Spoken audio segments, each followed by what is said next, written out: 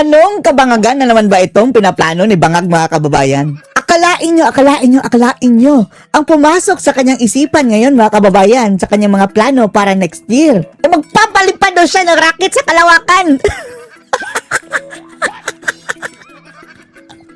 Talagang out of this world itong pinag-iisip ni Bangag, mga kababayan. Uy, Bangag. Kwitis na lang ipalipad mo, Bangag. Rocket pa talaga ang ambisyosa to, mga kababayan, na ang problema ng ating bansa ay nasa lupa. Ang pinoproblema ni Marcos, mga kababayan, ay ang pagpapalipad ng rocket sa Kalawakan. Next year ang plano niya, ha? Pinoproblema pa niya ngayon, mga kababayan, kung saan kukuha ng funding. Mas pagpapalipad ng rocket for what? Para ke? Tapos kung nakapagpalipad ka ng rocket, and then what? Ang walang hiya talaga, no? Kung ano-anong pinag-iisip ng presidenteng ito, panoorin niyo po, ha? A sounding rocket. Palapakan ng mga buhaya. Baka ibang rocket, no?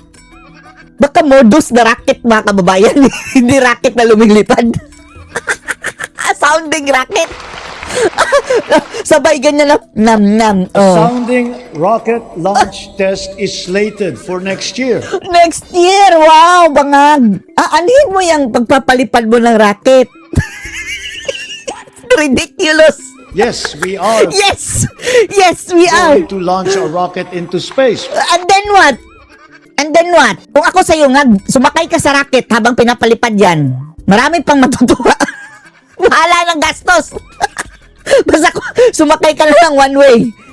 Anong gagawin niya, mga kababayan? Para saan ang rocket na yan? Sa space. Sa Kalawakan. Hay! Punyeta, mga kababayan. Ang mga buaya, palakpakan, ha? Bilyon ang gastos niyan, ha? Rocket, ha? Bilyon ang gastos niyan, mga kababayan. Ang problema nasa lupa, and then ang pinoproblema niya kung paano magpalipad ng rocket sa Kalawakan. Cagayan is both geographically and economically primed. Ayan. Alam na natin ang binabalik ng Bangag na to, mga kababayan. Kaya pala, doon pala sa Cagayan, mga kababayan, dahil andun ang mga EDGA Ang visit na to, siguraduhin mo lang, Bangag, na hindi tayo matotrouble niyan dahil kapag sa tingin natin baka mayroon niyang kinalaman sa EDGA, mga kababayan, na baka yung rocket na pinapalipad nila o ipapalipad nila, baka pang-asar yan sa China. Oh, sige ngag. Baka yan pa ang hudyat na girahin tayo ng China. Dahil ang nasa Cagayan, mga kababayan, di ba yung parang garrison na daw ng EDGA? Ando na ang mga missiles, mga kababayan, at rocket ng Amerika. Baka yan ang gagamitin mo, Bangaga. Kung gusto mong makipagyera, Ngag, ikaw na lang. Bakit hindi ka sumakay sa rocket mo? Tapos na problema sa bansa ito. To serve as our gateway to space. Gateway to space. Grabe, may portal na tayo sa space, mga kababayan. Sinong may gusto pumunta ng space? Baka ikaw lang. And host the country's first spaceport. Spaceport! Tanong namin sa'yo, Ngag, anong agenda mo sa Kalawakan? Nyeta ka. Eto, no, saya lang sa... Eto, kung talagang ang problema dito, mga kababayan, kung nakipag-coordinate dyan sa Amerika, tapos tayo pa ang gagasto sa rocket, ha? Tapos ang purpose niyan is para i-trigger yung China na magalit sa ating mga kababayan dahil yung rocket papunta sa kanila. Ngag, siguraduhin mo lang, Ngag, na hindi tayo magkakagyera niyan. A sounding rocket. Sounding rocket.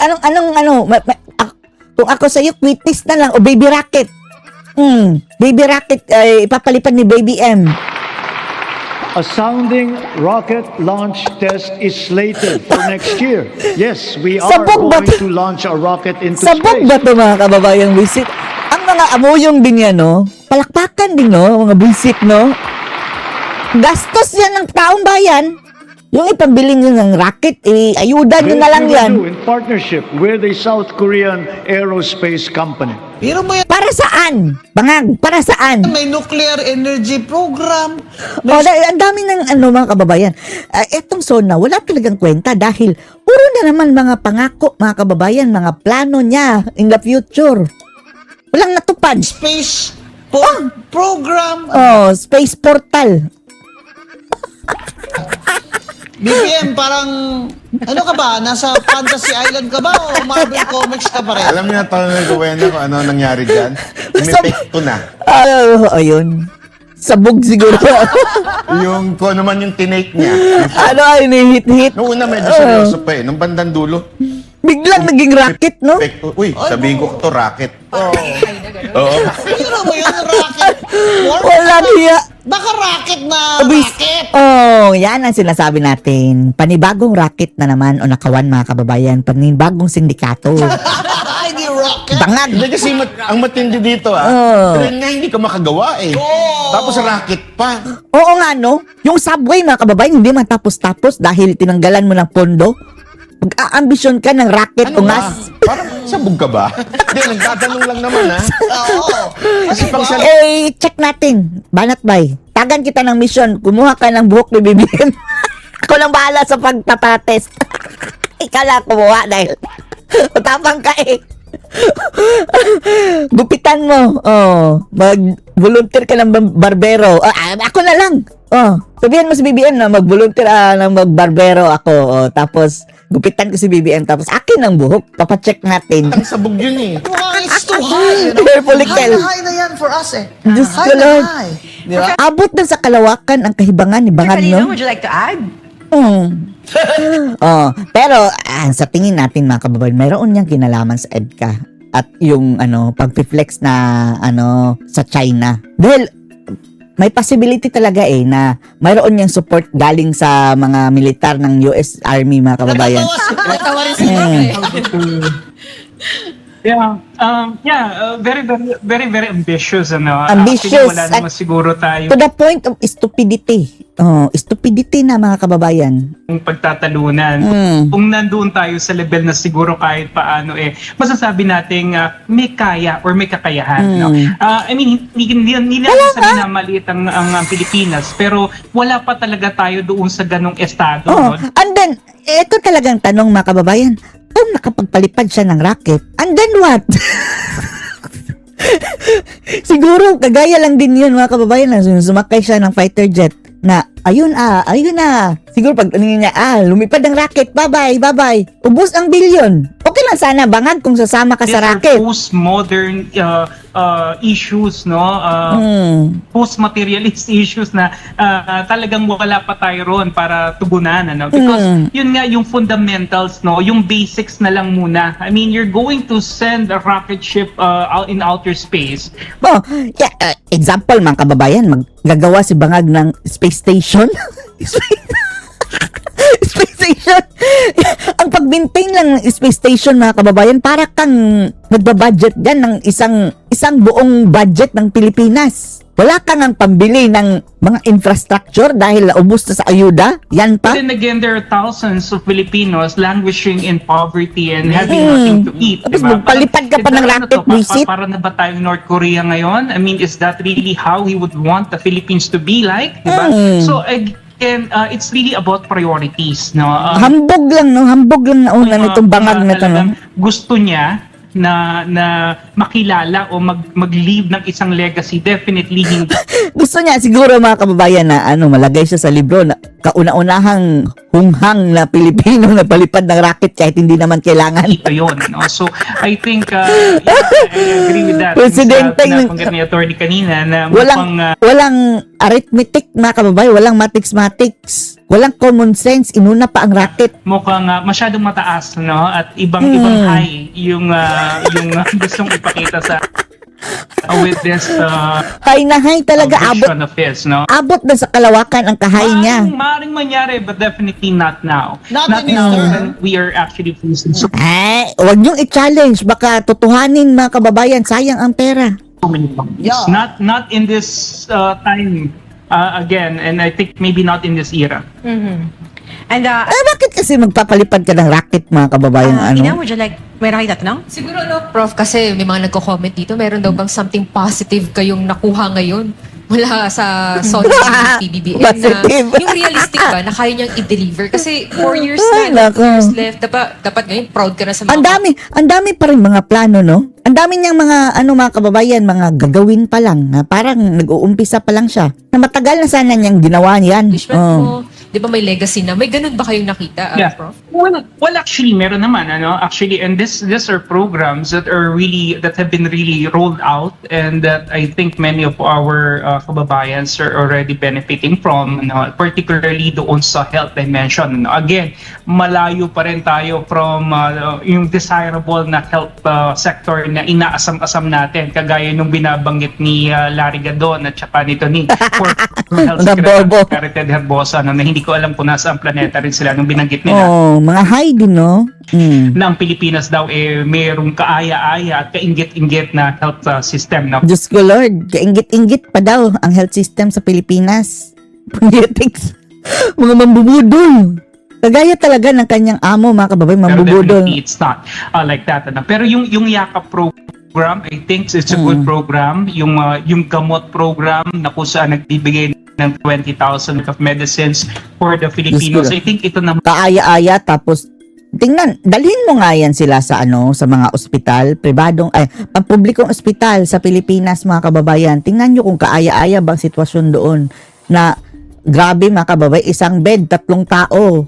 Para kayong nagyayakapan doon sa isang bed. nagagawa ngayon. At, this particular program has been rolled out. Namamatay na lang ang mga I think it's pasyente. producing some tangible outcomes, no? Pero yun nga, hindi kasi ito batas, ito ay programa lamang. So anytime po pwedeng mawala, anytime po pwedeng matapyasan ng pondo. So I hope that the government will continue itong mga ganitong klase ng program. Kahit paano, nakakatulong sa mga kababayan natin. And yun nga, may mga kumisan na narinig ako ng mga kababayan natin na kumukuha ng gamot, sa mga putika, yung libreng gamot, at Tapos, alam nyo ba, mga kababayan, taon-taon, bilyon-bilyong halaga ng gamot ang tinatapon lang ng gobyerno sa mga pampublikong ospital. Bakit nyo tinatapon yan? Bilyon pala ang halaga niyan, mga kababayan, na gamot. Tapos, ang daming hindi na nakakabili ng gamot, tapos tinatapon nyo pala. Yung ganyan, mga kababayan, itatapon lang naman pala nila ang gamot. Tapos, yung mga pasyente, mga kababayan, papupuntahin pa sa labas para bumili ng gamot. Huwag na lang kayong mag-procure ng ganyang karami. Sa halip, yung perang bilyon-bilyon na yan, ibigay nyo na lang sa pasyente, mga kababayan, sa mga patients, tapos sila na lang ang bibili ng gamot sa labas. Dahil ang pera, mga kababayan, hindi yan na-expire. Nasasayang lang, mga kababayan, talaga. sabi nila, ito lamang yung pakinabang nila sa gobyerno, no? Kaya kahit paano, talagang pumipila sila, kinukuha nila to, which I think somewhat is producing some good outcomes for the people, for the public. Ako naman, meron din ako sasabihin, positive niya. Anong positive? Ay, Polikel. Positive siya. Hindi sila okay. Madagdagan tayo. Madagdagan yung kaso. Masyado siyang positive. Masyadong positive. Oh. Oo, sa pananaw sa buhay. Kasi, isipin mo sabi nga ng mga kababayan natin pangarap niya yung rocket. Rocket magkaroon. na, Oo, nuclear. Nuclear pa. Lord, sumabog yan sa mukha mo, bangag. Yung flood control niya, di matapos. Tapos sasabihin mo, gusto mo pa ng... Rocket. Medyo positive ka masyado. Professor, do you notice na merong foreign policy na statement si BBM? Wala masyado, no? Again, the usual rhetoric, friend to all, enemy to none. Yun ang kanyang lagi naman binabanggit, yung medyo pag-soften ng stance niya sa China, inaasahan ko yun, nababanggitin niya, with the recent, yung pagtulong sa atin ng China amidst this oil crisis, mukhang hindi rin niya nabanggit, So I think... Yan yung racket-racket niya, mga kababayan. Gusto niya pagtripan ang China niyan. Feeling talaga natin. yung kanyang pagiging... Something, China-related ba, kababayan, na gusto niyang magyabang. Nakapagpalipad siya ng racket. Masyado pa rin steadfast siya doon sa kanyang foreign policy, particularly sa United States. Oo. I think medyo... Uy, careful ka. If ever matupad yung racket mo, bangag ha. careful ka ha, baka mayroong nakataling lubid habang lumilipad yung rocket ha. Tinali sa paa mo, baka may mag-traitor sa'yo, concern lang tayo sa'yo, matangay ka ng rocket mong ambition mong rocket. Yung pa rin. Matangay ka sa kalawakan ng disoras. Kaya nga yung Careful nga. alam naman natin that the Paxilica Ingat ka nga ga. Mamimiss ka namin. really Visit more ka. Wala na kaming pagtatawanan. attempt to solidify American presence in the Indo-Pacific. It's not to neutralize China. Chinese dominance sa AI, dito sa rare earth minerals, dito sa mga yun nga, iba't ibang klase ng mga semiconductors. So practically masasabi ko na yung ating foreign policy is still leaning very much to US. Unfortunately, mukhang hindi to nare-reciprocate ni Donald Trump, no?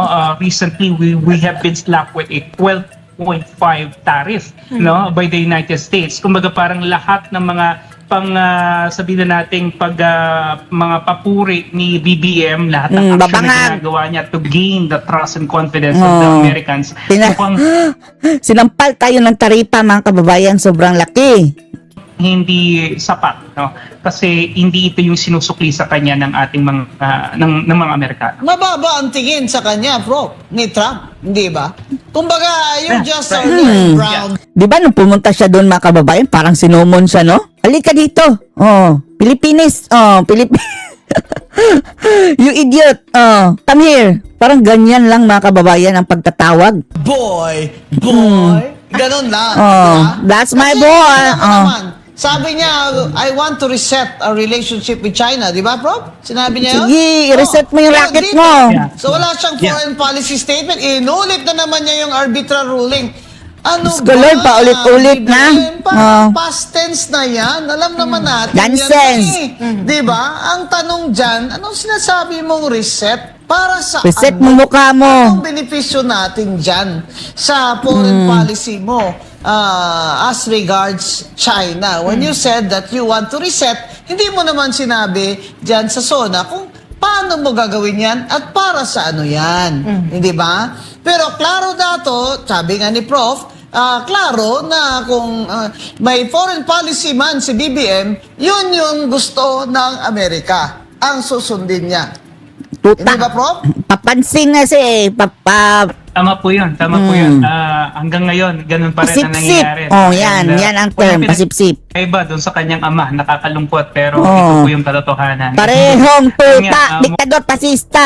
hindi naman talaga siya sineseryoso ni Donald Trump. Yun lang po ang isang bagay na medyo nakakalungkot din para sa atin. So I think it's really high time that we diversify. No? Definitely hindi lang naman Amerika ang bansa sa mundo. No? Marami tayong po pwedeng tignan. Iba't ibang mga avenues na po pwede natin sigurong gawin or tuntungan para kahit paano Dumindig tayo na sarili natin mga kababayan. Yung ibang bansa, neutral. Dapat, kagaya ng Tatay Digong, maging ka mga kababayan sa lahat. Pantay ka sa lahat. Wala yung mayroong kang aawayin. Visit ng bangag mo ito, maging no? matibay yung ating presensya in the international community and not just siding too much with the United States. Yung kay Tatay Digong dati, si Obama lang naman ang inaway niya mga kababayan dahil nakikialam. And then, ang taktika ni Tatay Digong doon, parang nagpapabilib sa kay Trump dati dahil alam niyang mananalo. Nung pag-alis ni Obama mga kababayan, sila na magkaibigan ni Trump. Maging kaibigan sila ni Trump mga kababayan, di ba? Si Tatay Digong. Tapos kaibigan din niya ang China. Parang ginawa niyang mga manliligaw mga kababayan yung dalawa na kung sino man ang mas bongga sa inyo, di yan ang sasagutin ko pero walang sasagutin mga kababayan.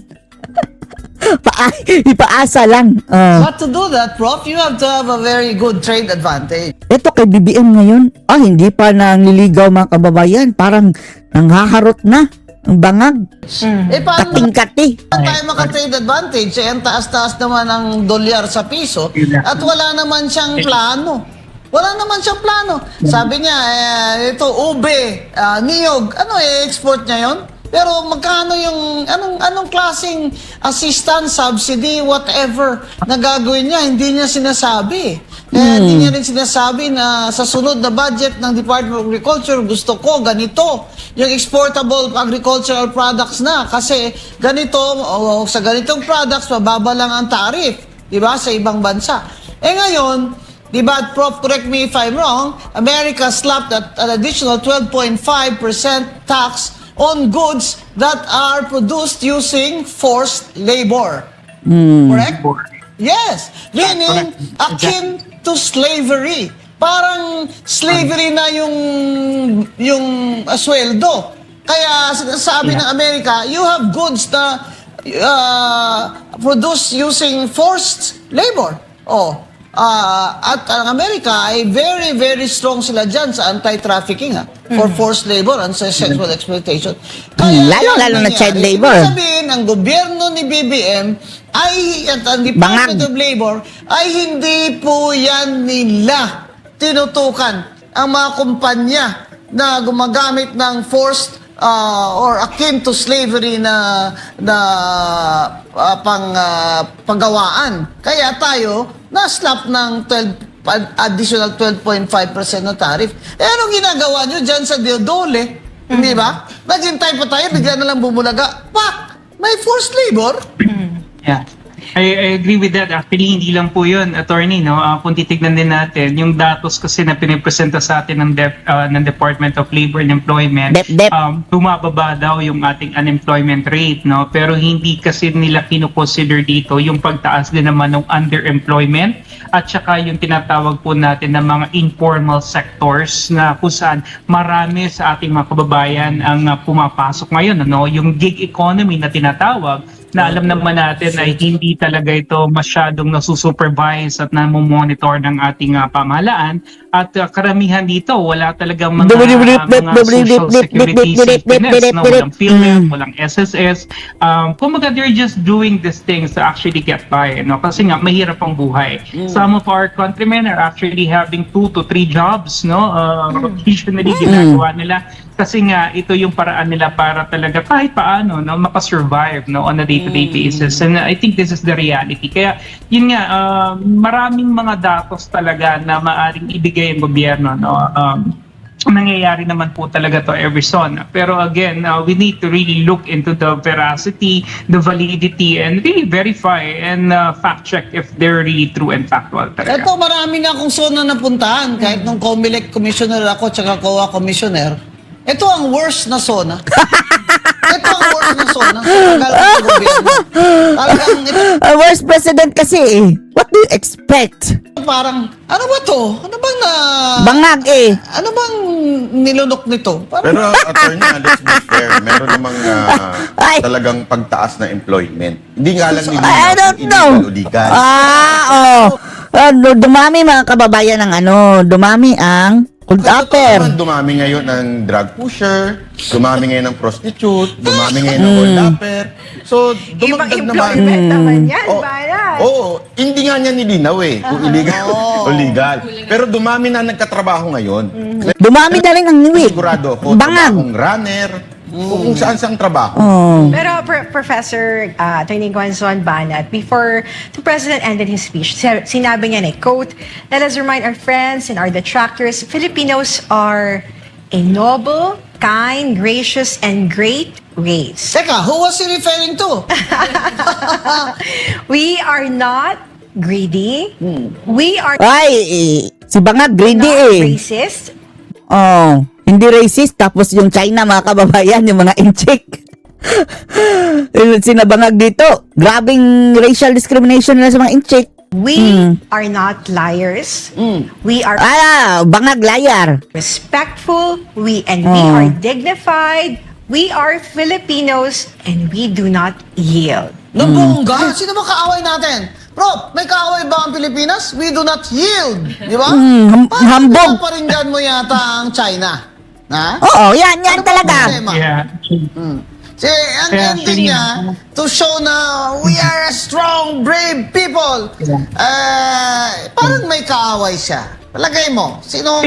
Yabang. Kunwa. I think he's trying to project a strongman image here, no? Kasi alam naman natin na kapag nasa international Strong smell. court, Hindi strong smell of the siya, no? Hindi naman talaga mouth. siya binibigyan ng ganong kataas na uri ng respeto na inaasahan natin sa isang leader, no? So I think it's really more of him trying to project that kind of image, no? Parang sigurong deterrence, no? Kumbaga. Pero lahat naman ng uri ng deterrence kinakailangan kasi may pang backup ka diyan, no? Kinakailangan you really walk the talk to actually say diyan, no? Kinakailangan you really walk the talk to actually say and demonstrate that you project the image and you have the likelihood at the very least of not just projecting pero doing it, no? So again, medyo kulang dito ang Pangulo, and I think this is really what he's trying to attempt right now. Ang sinabi pa niya, di ba, Prof. Hana?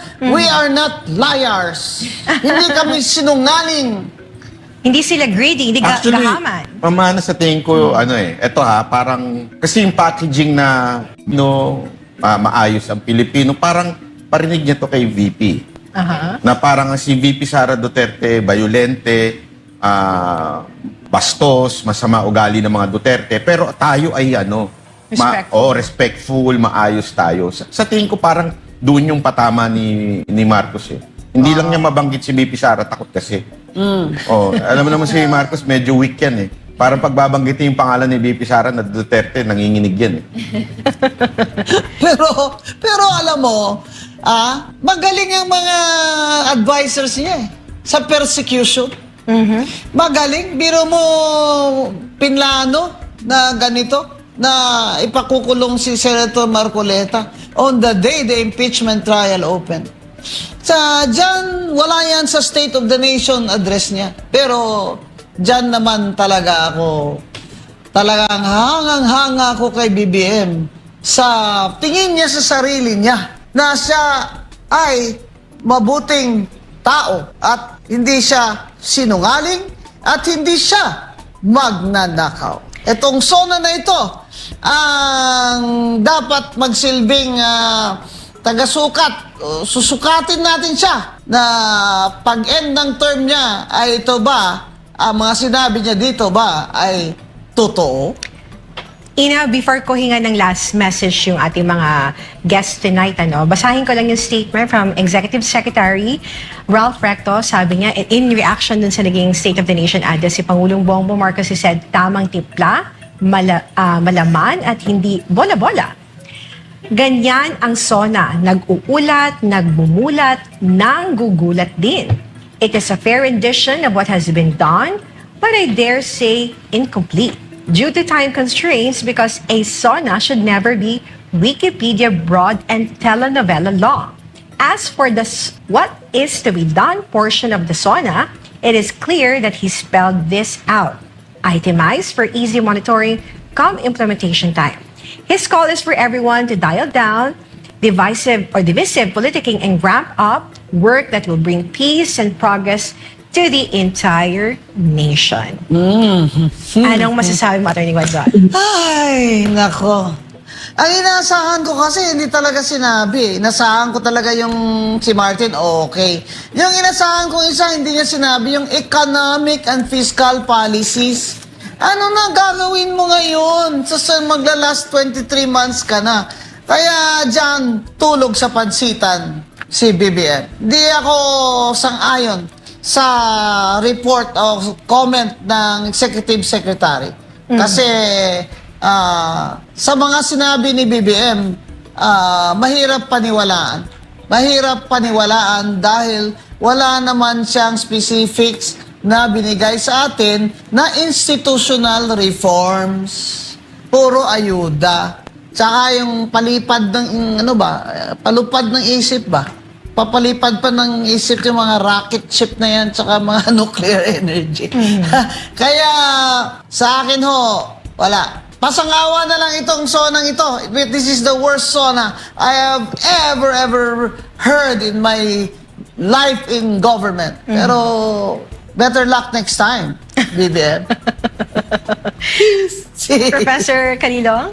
Yeah, actually, kanina nung nagtatalumpati siya na I was listening intently dun sa SONA together with my wife, no? And talagang every time, parang wala yata siyang binanggit doon na hindi kami nagkaroon ng reaction na talagang either matatawa ka or magugulat ka kasi hindi natin alam talaga kung ano yung pinaghuhugutan niya or saan nanggagaling yung mga datos na sinasabi niya, no? So para sa akin talaga, I agree, no? At talagang maaaring itong statements na to ng ating executive secretary, of course, is really meant to put praises dito sa ating Pangulo. Pero at the end of the day, talaga may kita natin that there's really this disconnect, no? I think this is a SONA that really failed to communicate to the people what the public really demands at this point in time. And I think ito yung pinapakita rin na yung ating Pangulo ay nasa ibang plane of consciousness, ano? And I don't know where he is at the moment, but definitely he is disconnected with the reality.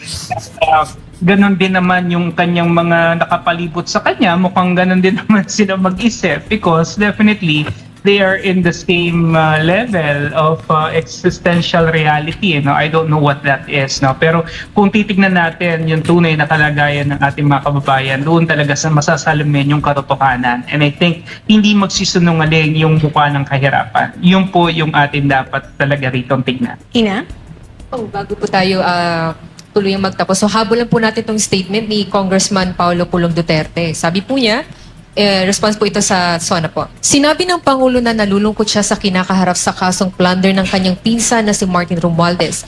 Dagdag pa niya bilang Pangulo ng Pilipinas at hindi lamang ng kanyang pamilya o mga kaibigan, kailangan niyang tanggapin ang nangyayari. Maganda sanang pakinggan ang pahayag na iyan kung pareho rin ang ipinapakitang malasakit sa sambayan ng Pilipino. Habang naaawa siya sa kanyang pinsan, kailan siya huling naawa sa milyong-milyong Pilipinong lugmok sa kahirapan, dumadaing sa walang tigil na pagtaas ng presyo ng pagkain, mataas sa singgil sa kuryente at patuloy ng kanilang kinikita. Nakapansin-pansing hindi niya matalakay ang mga isyong matagal nang hinihinga ng sagot ng taong bayan. Kung tunay na Pangulo ng Pilipinas ang nais niyang makita o ipakita, hindi sapat ang pagpapakita ng kalungkutan sa sinapit ng isang kamag-anak. Mas mahalagang ipakita ang tapang na panagutin ang sinumang nasa likod ng mga alegasyon ng katiwalian, anuman ang kanilang apelyido, posisyon o impluensya. Hindi simpatya para sa mga makapangyarihan ang hinihingi ng taong bayan. Ang hinihingi nila ay katotohanan, pananagutan at hustisya. Hanggat hindi nasasagot ang mga tanong tungkol sa bilyong-bilyong pondong ginugol sa flood control, sa kontrobersya ng PhilHealth Funds at sa Maharlika Fund, mananatiling kulang ang anumang SONA sa mata ng mga Pilipinong patuloy na naghihirap. Ang tunay na kalagayan ng bansa ay hindi nasusukat sa palakpakan sa loob ng batasang pambansa. Nasusukat ito sa laman ng hapagkainan ng bawat pamilya, sa presyo ng mga bilihin, sa kalidad ng serbisyo ng gobyerno at sa tiwalang unti-unti nang nawawala sa mga institusyon ng pamahalaan. Huwag bayad ang pagpangatik, bangag. Pero isa ang dili ninyo maatik. Pang-atik. Ninyo maatik. Ang mga issue sa flood control, ang PhilHealth Funds o ang Maharlika Fund nga gibalutan sa mga aligasyon sa korupsyon. Atika. Yun po ang naging pahayag ni Congressman Pulong Duterte. Mas fair po ba ang comment ni Congressman? Ano pong tingin niyo? Manat ba? Take it away. Basta sa akin, na conclusion ko, confirm. Positive. Oo, confirm eh. Kasi talagang iba rin ng iba yung lipad nito. Yun lang masasabi ko, iba yung lipad niya. Wala sa hulog eh. Wala yung tagang masyado yung pagsasabi niya. Ang nakakapagtaka, pati yung kasamahan niya ganun. Sabay-sabay sila. Sabay-sabay sila bago pumunta sa SONA. Kasi ganun din eh, di ba? Imaginein mo ngayong araw na to, may nag-breaking news din eh. Marami daw ang pumunta sa appliance center. Dahil? Nabasag yung mga TV nila. Kasi nung pinanunood, galit na galit. Parang, okay ka lang, hirap na kami. Yun yung pakiramdam ng mga Pilipino, hirap na kami. Ang mahal ng bilihin, lahat tapos sasabihin mo parang okay lang. Oh. Akala ko ba? Parang you're bringing us to the next rocket ship era. So marami tuloy nagalit din kay Senator Amy.